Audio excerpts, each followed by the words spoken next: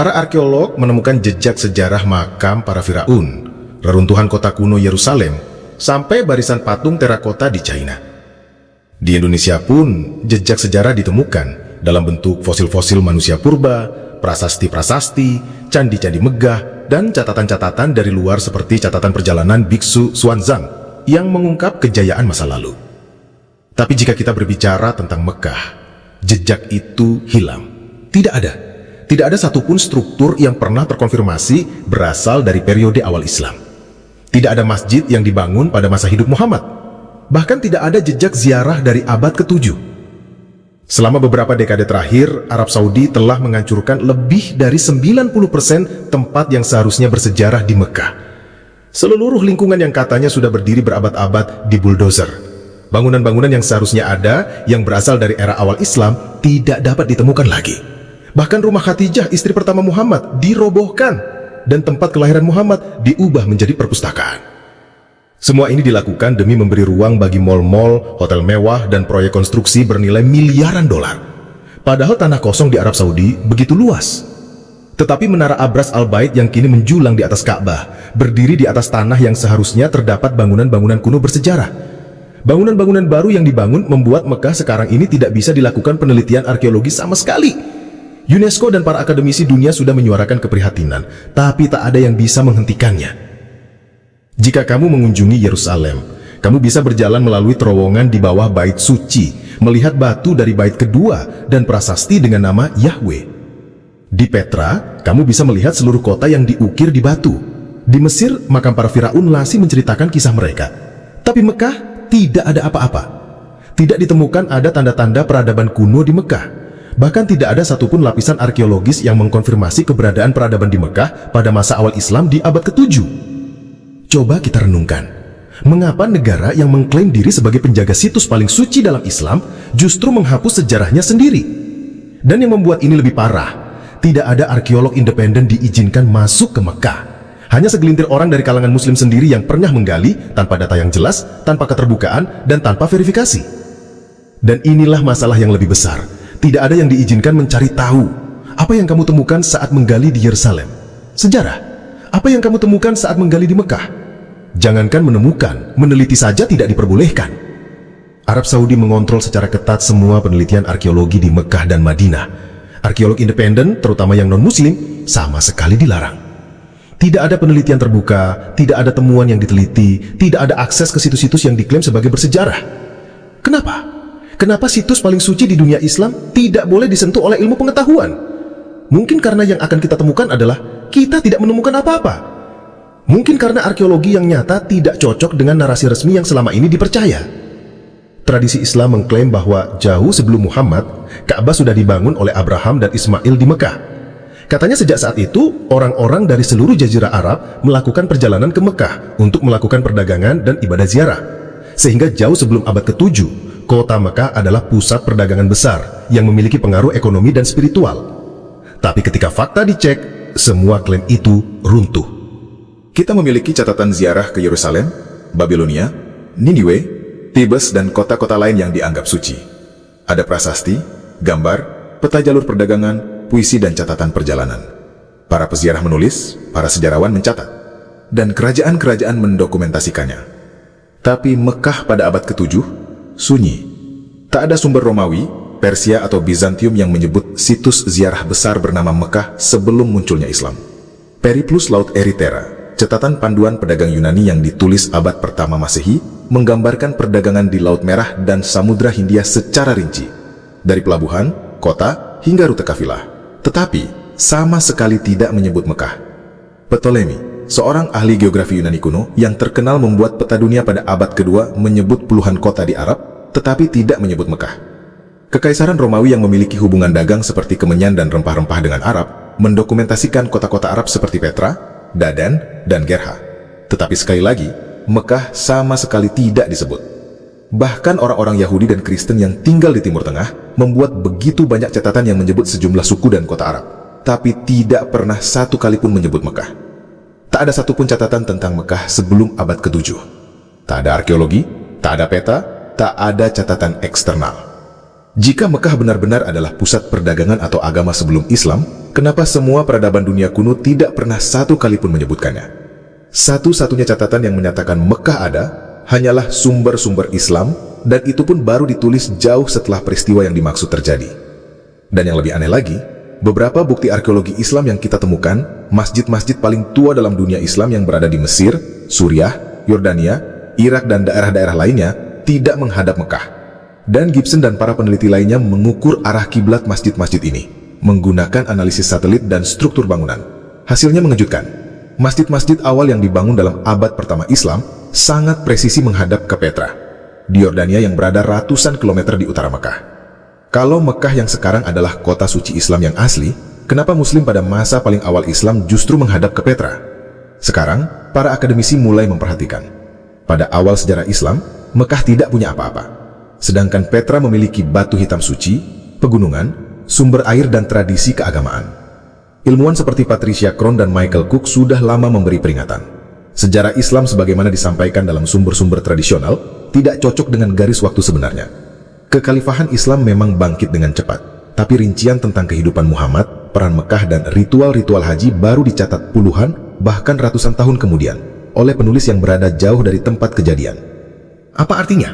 Artinya, peran sentral Mekah mungkin baru ditambahkan belakangan dalam narasi sejarah Islam.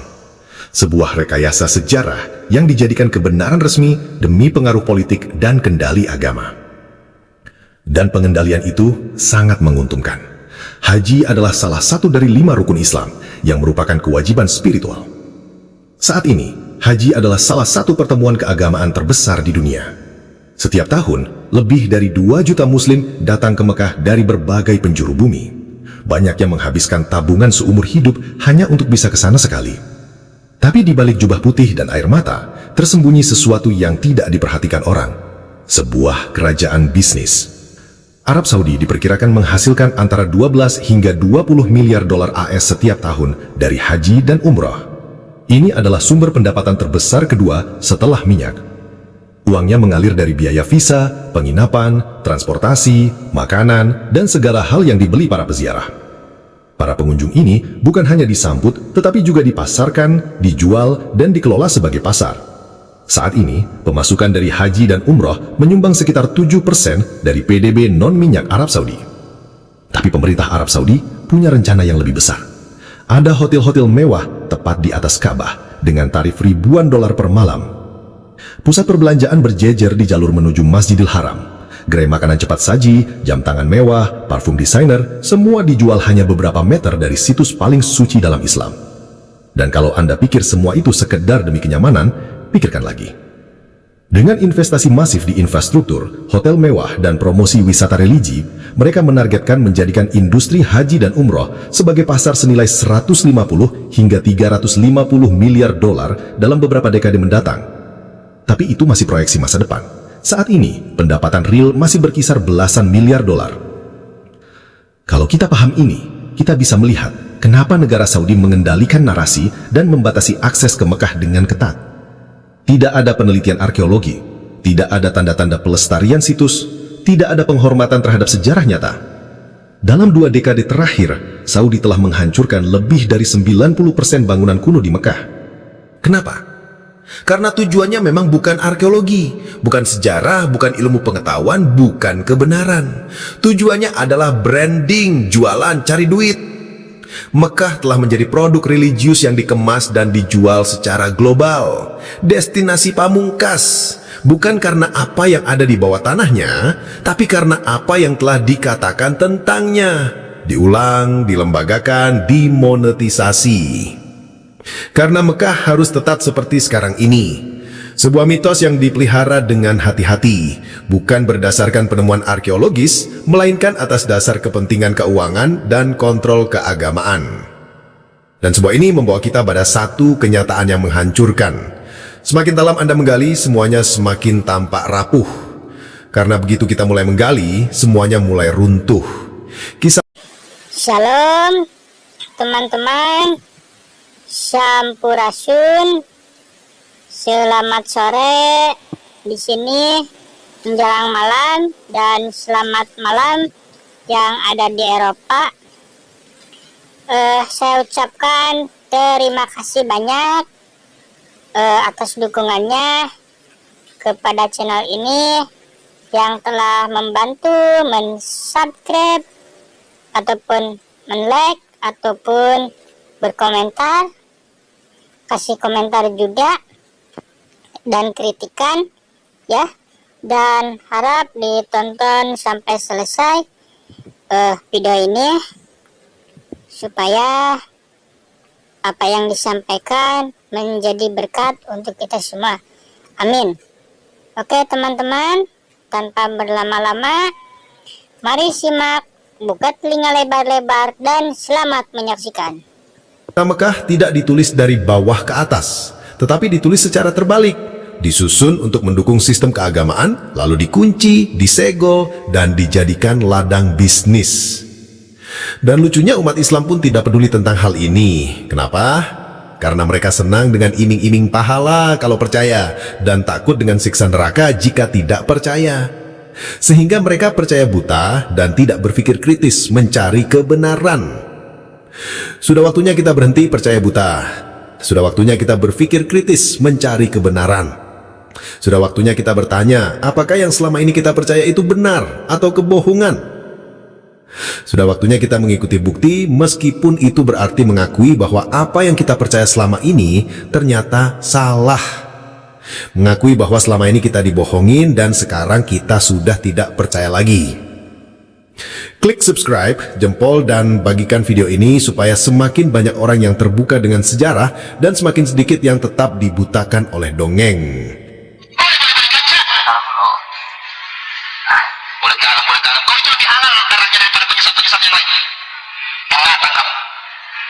Datang dengan ajaran-ajaran goblok, gak ada otak, bilang derajat lebih hormat lebih rendah. Salah itu. Nggak salah, sama dengan saya ketika saya menghargai kalian, binatang-binatang Yahudi, manusia-manusia goblok semuanya maunya disesatkan dengan ajaran-ajaran Yahudi. Sejak kapan agama mengajarkan Allah di peace on love, Allah di peace on love, Allah di religion peace on love? Kau pikir? Oke, baik, cukup.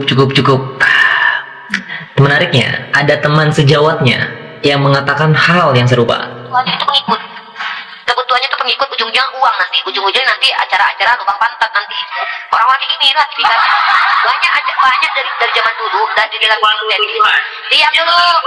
Kau laporkan kantor polisi sana. Kau pecat.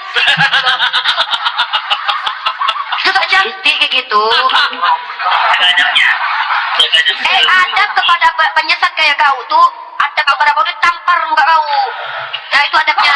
Ada nggak perlu adab. Gak usah. Oke, jadi kita simpulkan kedua makhluk ini bukanlah bagian daripada manusia tentunya. Itu satu. Nah, yang kedua, mereka berdua ini tidak mempunyai estetika dalam berdialog. Betullah kata Bang Edis TV, dari buahnya lah kamu akan mengenal mereka. So, buah yang mana segar dan manis, atau buah yang busuk yang harus dibuang ke tempat sampah? Halo semua, belakangan ini muncul agama baru yang cukup heboh dan menjadi sorotan. Kenapa? Karena pendirinya, Mahdi Abdullah Hashim Aba al-Sadiq, mengaku sebagai penerus Muhammad Nabi Islam, penerus Imam Al-Mahdi yang dipercaya Syiah, penerus Simon Petrus, penerus Yesus, dan bahkan mengaku sebagai paus yang sah. Sebenarnya agama ini sudah dibahas oleh beberapa apologet Kristen di Barat, tetapi tidak terlalu heboh. Paling hanya dipertanyakan apakah dia adalah antikristus. Tetapi di Indonesia, agama baru ini mendapatkan sambutan yang luar biasa dari Islam. Seperti yang tadi kita lihat, seorang anak muda yang saya tidak tahu nama aslinya, jadi saya sebut aja nama akun TikToknya, Lelesius. Sepertinya adalah pengikut agama baru yang disebut Ahmadi Religion of Peace and Light ini sudah langsung mendapatkan sertifikat halal darahnya. Nah, kenapa Islam begitu panas dengan adanya agama baru ini, sedangkan Kristen adem ayem saja? Yuk kita simak dulu beberapa cuplikan ini. Tolong MUI diproses, anak ini udah bikin gaduh umat muslim. Apa yang salah dengan saya? Apakah saya mengangkat senjata ataukah saya mengkafirkan seseorang? Tidak, bahkan agama kami pun diharamkan membawa sebuah senjata dalam berdakwah, apalagi menghancurkan rumah kerohanian. Lalu, pernyataan kamu tentang kami yang membuat kegaduhan tidak dapat divalidasi. Dan tentu kami terus akan membongkar setapak demi setapak, sasta demi sasta. Contohnya ini. Mengapa umat muslim baru mengetahui bahwasanya Ka'bah itu replika? Dan misal nih ya, misal jika Ka'bah itu replika, maka umat muslim sebanyak 124 juta penduduk di Indonesia batallah karena menghadap kepada batu yang palsu. Wow, amazing. Oke, mari kita mengutip dari sejarawan yang bernama Dan Gibson. Menurut penelitiannya, ia mengatakan bahwasanya Ka'bah saat ini bukanlah pada tempatnya. Kenapa? Sebab ada distorsi di datanya. Karena pada periode awal masjid dibangun, pada tahun 622 hingga 722 Masehi itu menghadap kepada kota Petra. Namun setelah terjadi kehancuran, yaitu merujuk kepada periode kedua, yaitu sekitar 723 sampai 772 Masehi, masjid-masjid pada masa itu ada yang menghadap kepada Petra, ada yang menghadap kepada kota Mekah saat ini. Menariknya, pada final periode yaitu 773 sampai 912 Masehi, seluruh masjid menghadap kepada kota Mekah. Nah, ini baru juga pembangunan masjid. Sudah banyak distorsi, apalagi nanti kalau kita sudah merujuk kepada bagian artefak atau manuskrip itu lebih banyak lagi. Oke, kita akan nantikan di part kedua. Kenapa Imam Al-Mahdi menghancurkan Ka'bah? Jadi ini adalah video kelanjutan gue soal Ka'bah replika. Di sini ada beberapa narasi yang mengatakan palsunya batu tersebut, yaitu yang terdapat di Ghoibah At-Tusi 492 volume 1 bab 52 hadis ke-10. Im akan merobohkan Masjidil Haram, Mekah dan Nabawi, serta memotong tangan-tangan Bani Sa'ibah dan menggantungnya di dinding Ka'bah karena mereka adalah para pencuri. Menariknya, seharusnya kota Mekah itu terdapat 3 patung Manalata dan Uzza, di mana juga terdapat di surat An-Najm ayat 19-20 yang diturunkan di kota Mekah. Namun, ketika dilihat tidak terjadi kekonsistenan. Kenapa? Karena tidak ditemukan satu patung pun yang berada di Mekah saat ini. Sehingga pihak dari UNESCO tidak mengutipkan bahwasanya Mekah saat ini bagian dari sejarah. Justru bukti artefak ini berada di Petra, Jordan. Dengan 2 pembuktian tadi sudah jelas bahwasanya batu yang kamu sembah saat ini bukanlah yang asli. Dan kami mempunyai banyak narasi lagi, hadis-hadis untuk part ketiga. Mengapa Al-Quran dan hadis menuduh Ka'bah itu replika? Ini adalah video kelanjutan gue soal Ka'bah replika. Dikutip dari banyaknya sumber Al-Quran dan hadis, di sini kita lihat bahwasanya Mekah pada era itu tanahnya subur, banyak tumbuh-tumbuhan, dan juga dihimpit oleh 2 lembah yang sejajar. Namun realitanya Mekah saat ini gersang, tidak ada lembah satupun. Juga ditambah kontradiksi dengan pembuktian arkeolog berbanding jauh dengan Petra yang memang sesuai dengan narasi yang tadi kita sebutkan. Oh iya ya, pantesan saja Imam Al-Mahdi akan merobohkan Ka'bah saat ini. Kenapa? Karena memang yang asli berada di Petra. Menarik nih, lantas bagaimana kehancuran kota Petra pada periode awal dan proses pemindahan kepada Hijaz saat ini? Nanti kita akan bahas di part keempat. Cari orang ini, tangkap dan kasih masuk penjara. Ada apa dengan saya? Apakah saya melakukan yang bersifat darah? Atau justru saya melakukan data dan fakta serta memberikannya secara berontak? Nah, tenang saja kawan, ini baru soal Ka'bah replika. Nanti saya akan berikan lebih liar soal mushaf Al-Quran, soal Masjidil Aqsa, dan masih banyak lagi. Jadi hati-hatilah, hati-hatilah. Memang iya, baginda Nabi Muhammad tidak bisa membaca dan tidak bisa menulis. Doktrin dari mana nih? Sebetulnya ada narasi dari baginda Nabi Muhammad yang mengatakan Nabi Muhammad ingin menuliskan. Dan ini termasuk di dalam hadis berikut. Nah, berikut nih daripada hadis Nabi Muhammad yang mengatakan ia menuliskan. Maka Rasulullah mengambil surat perjanjian itu lalu menuliskan. Ini termasuk di Sahih Bukhari 2501 atau 2699. Jadi indikasinya apa? Para ulama menyembunyikan kebenaran ini yang Nabi Muhammad bisa membaca dan bisa menulis. Apakah mereka ingin menutupi sesuatu hal yang dirahasiakan oleh baginda Nabi Muhammad SAW, atau mereka merendahkan derajat daripada baginda Nabi Muhammad SAW? Cukup menarik ya. Nanti kita akan bahas di part 2. Inilah alasan kenapa para ulama mengatakan Nabi Muhammad tidak bisa baca dan tulis. Jadi ini sebenarnya adalah video kelanjutan gue yang kemarin. Yang gue akan berikan sebetulnya Nabi Muhammad menuliskan nama-nama penerusnya yang telah dibungkam oleh para ulama. Nah, di sini kita akan bacakan ya. Ketika Nabi SAW bertambah parah sakitnya, beliau bersabda, "Berikan aku pena dan kertas, biar aku tuliskan sesuatu untuk kalian, suatu dokumen, sehingga kalian tidak akan sesat setelahku." Mereka menyembunyikan kebenaran agar umat tidak mengikuti penerus Nabi Muhammad yang telah dituliskan. Tujuannya adalah untuk membingungkan umat dan mengambil keuntungan finansial dengan dalih bahwa Nabi tidak bisa membaca dan menulis. Nah, lantas siapa saja penerus daripada Nabi Muhammad yang dituliskan tersebut? Oke, nanti kita akan bahas di part ketiga. Nabi Muhammad bisa membaca dan bisa menulis?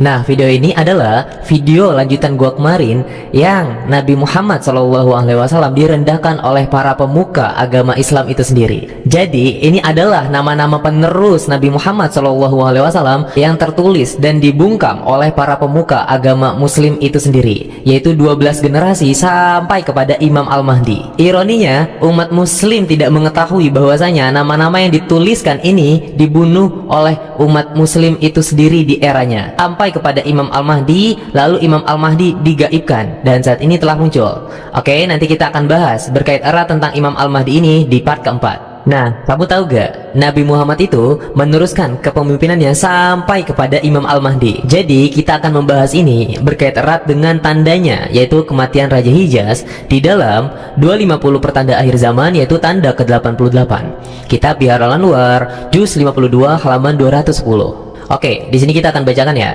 Hijaz akan diperintahkan oleh seorang lelaki yang namanya seperti binatang, yaitu Fahad, macan tutul. Jika kalian melihatnya, kalian akan melihat bahwa matanya juling daripada jauh. Dan jika kalian mendekatinya, kalian tidak akan melihatnya cacat sedikit pun di matanya atau normal. Seorang saudara yang bernama Abdullah akan mewarisi. Nah, kata baginda Nabi Muhammad dilanjutkan di bawahnya, kabarkanlah kematian Abdullah, maka akan aku kabarkan gembira kemunculan Al-Hujah atau Al-Mahdi tersebut.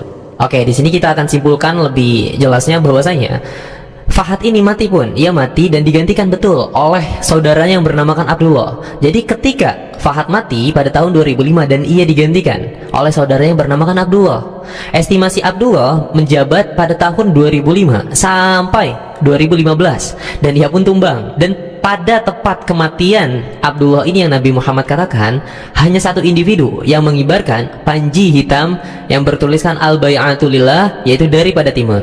Nah, siapa orang tersebut? Nanti kita akan bahas Imam Al-Mahdi di part kelima.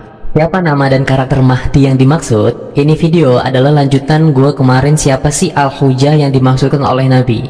Ya, beliau ini adalah Abdullah yang terdapat di dalam wasiat tersebut. Ya, mungkin kamu pernah mendengar ya, 3 nama, namanya seperti namaku dan nama bapakku, yaitu Abdullah, Ahmad, dan Al-Mahdi. Nah, beliau ini mengklaim namanya di dalam wasiat Nabi Muhammad yang bernamakan Abdullah. Menariknya, selama ribuan tahun, belum ada yang berani mengklaim namanya di dalam wasiat tersebut. Sebab kenapa? Jikalau ada yang mengklaim nama tersebut namun bukan individu yang dimaksud, maka akan langsung dicabut nyawanya. Artinya, di dalam wasiat itu terjaga. Dan Abdullah Hasim pun ia telah mengklaim pada tahun 2015 bertepatan dengan kematian Raja Hijaz, dan sampai saat ini beliau masih hidup. Yang berarti beliau ini adalah legit 100% apa yang Nabi Muhammad katakan di dalam wasiatnya.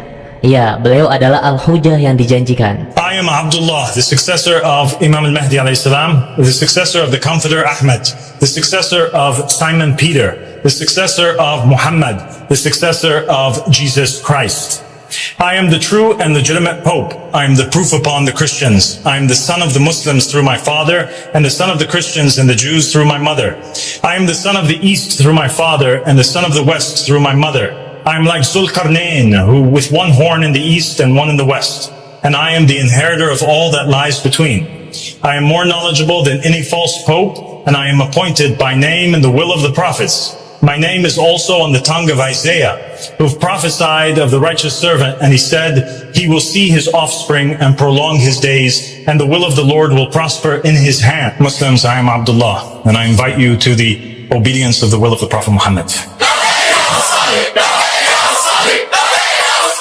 The family of Keluarga Saudi adalah Bani Umayyah modern, and the same thing dan juga sama untuk semua pemimpin Sunni dan tanah yang ada di area itu. leaders and lands that are in the area. This is not Ini bukan Islam.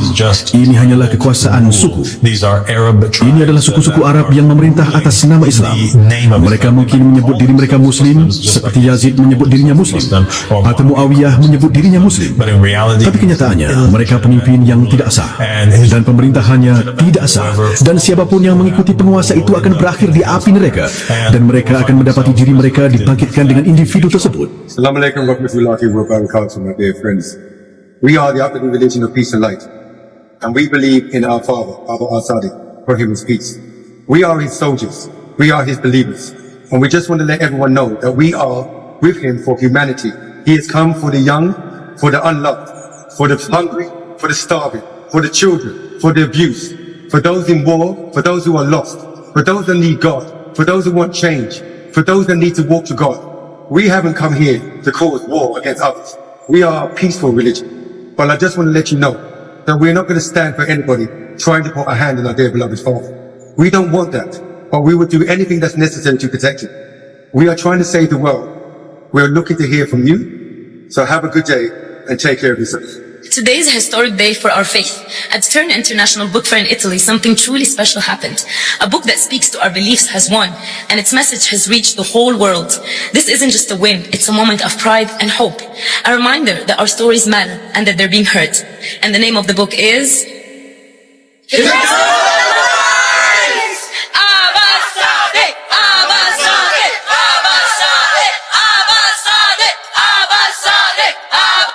Congratulations on winning the 2025 International Book Awards in Turin. Just like the Ahlul Bayt said, the truth is like a lion that protects itself. Congratulations, Abba Father. Did you know that the hijab is actually not obligatory? Let me explain.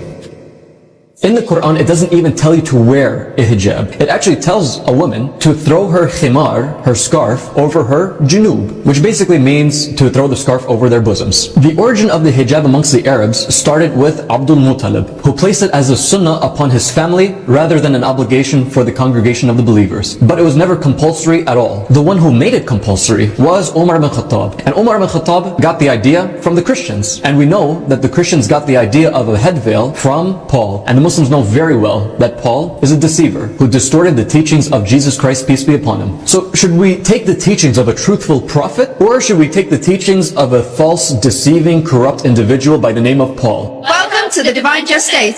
Prophet Muhammad, peace be upon him, and his family said, "What is religion except for love?" We prioritize mercy and welfare, regardless of religious beliefs. We spread our message peacefully, rejecting violence, coercion, or terrorism. We lead an intellectual, spiritual revolution by awakening people to truths about their deception. We called together the chosen people of God from around the world to support the call of Imam Mahdi. We work to establish justice and equality, as it was filled with injustice. Our central belief is that only God has the right to appoint a ruler.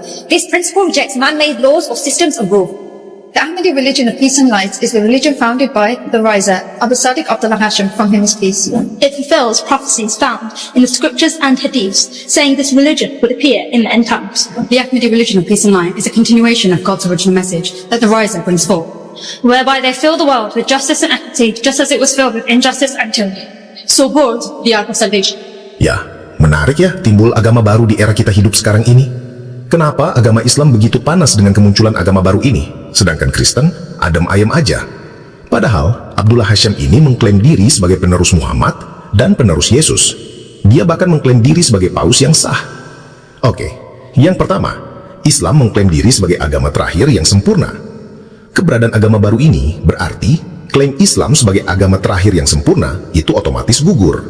Seperti yang tadi kita lihat, agama baru ini sudah punya kitab suci baru. Berarti Al-Quran sudah usang dan tidak berguna lagi. Bagaimana dengan Kristen? Kristen sudah mengalami sejarah panjang melihat orang seperti Abdullah Hashim dengan agama barunya. Sudah banyak sekali orang yang mengaku sebagai penerus Yesus. Salah satunya adalah Muhammad. Jadi bagi Kristen, agama baru ini bukan sesuatu yang baru. Kristen tidak merasa terancam dengan adanya agama baru ini.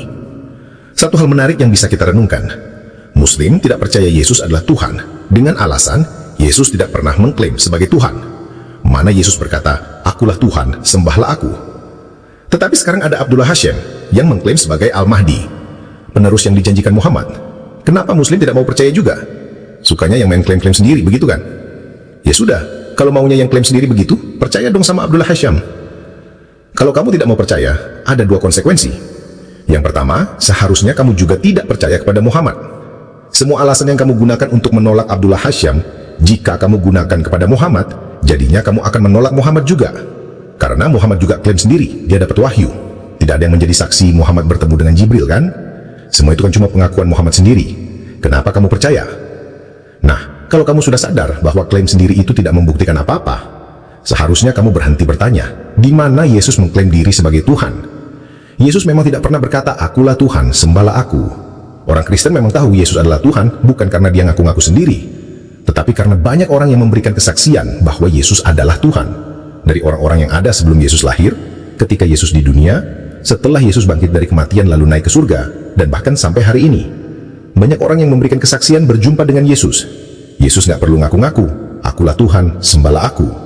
Orang-orang seperti Muhammad dan Abdullah Hashim yang butuh ngaku-ngaku seperti itu. Shalom teman-teman semuanya, Sampurasun, selamat sore, menjelang malam, dan selamat malam yang ada di Eropa ataupun Amerika. Itulah tadi video atau cuplikan tayangan yang telah disampaikan. Semoga dari video tayangan tersebut memberikan manfaat untuk kita semua. Dan saya ucapkan terima kasih banyak atas dukungannya, terutama untuk followers, pendukung setia channel ini yang telah membantu mensubscribe, men-like, ataupun berkomentar. Saya ucapkan terima kasih. Oke, sampai jumpa di video-video selanjutnya.